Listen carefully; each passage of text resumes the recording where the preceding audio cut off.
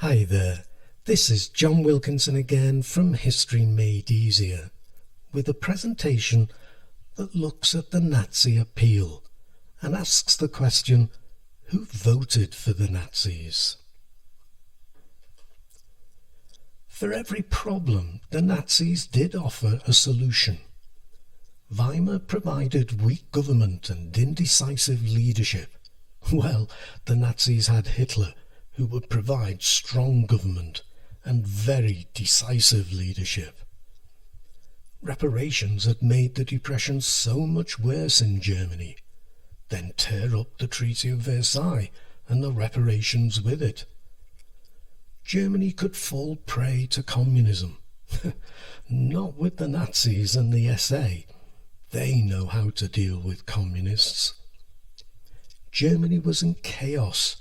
There was disorder and there was too much violence on the streets.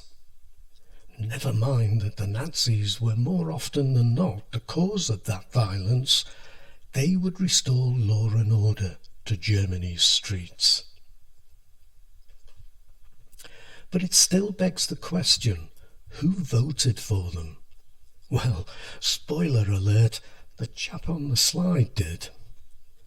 Something important to note, if we go back to the May 1928 election, when the Nazis only won 12 seats, the SPD won 153, and the KPD, the Communists, won 54, a combined total of 207 seats.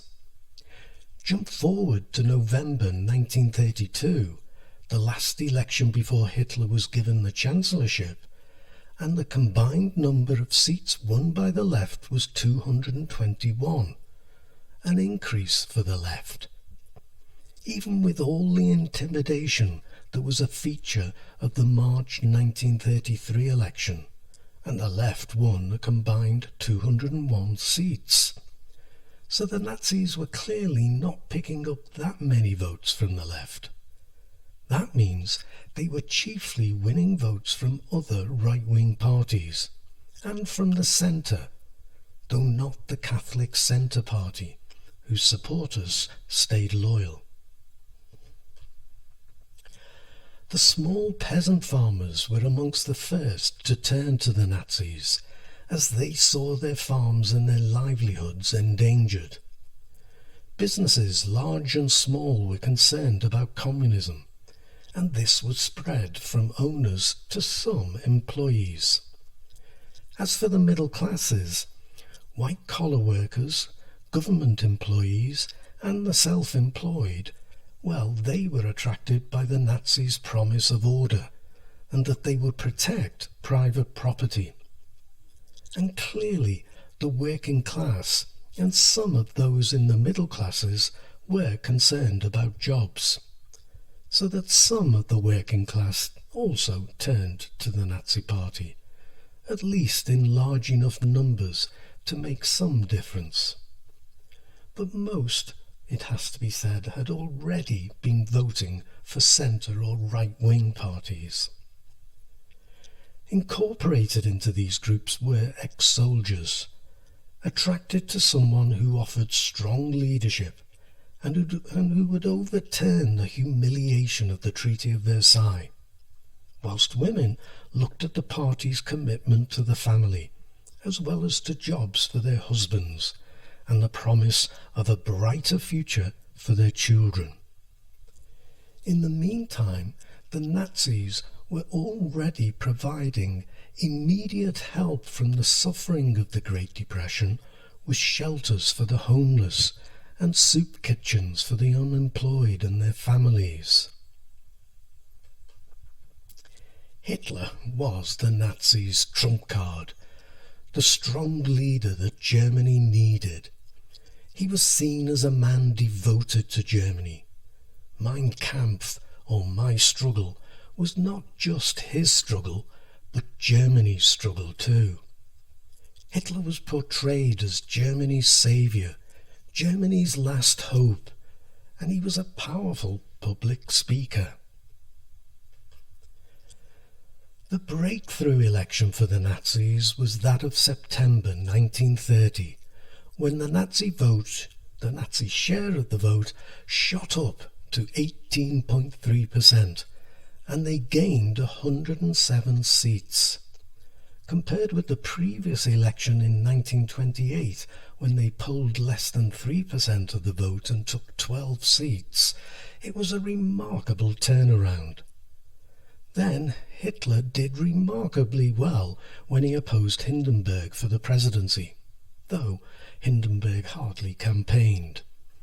And in the July 1932 election, the Nazis scaled the heights, with 37.3% of the vote, 13.7 million voters, and 230 seats, making them the largest party in the Reichstag.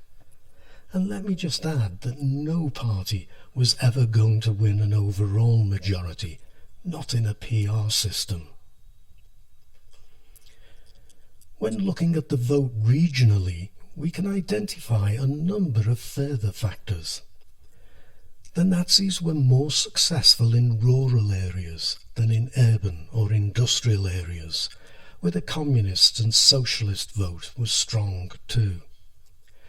The communists and socialists vote also accounts for the fact that they were more successful, the Nazis that is, in middle-class areas than in working-class areas. They were more successful in northern Germany than in South Germany. This, in part, tied to the fact that they were more successful in Protestant areas than in Catholic areas. But let's go back to where those votes came from, because they had to come from somewhere, that is, other parties.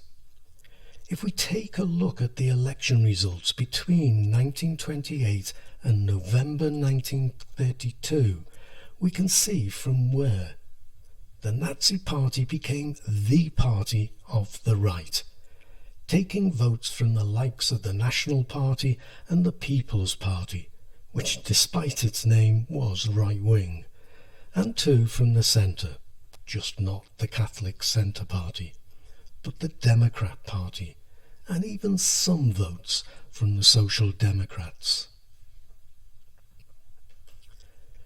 So, an overview of the Nazi appeal, but a useful overview, I hope. You know where you'll find more detail if you're a regular to my channel, in my ebooks on Amazon. This one is called Hitler's Rise to Power, or I think it is. So I will thank you for listening and end this presentation. Good luck with your studies, whatever stage you're at when you watch this presentation. Cheers.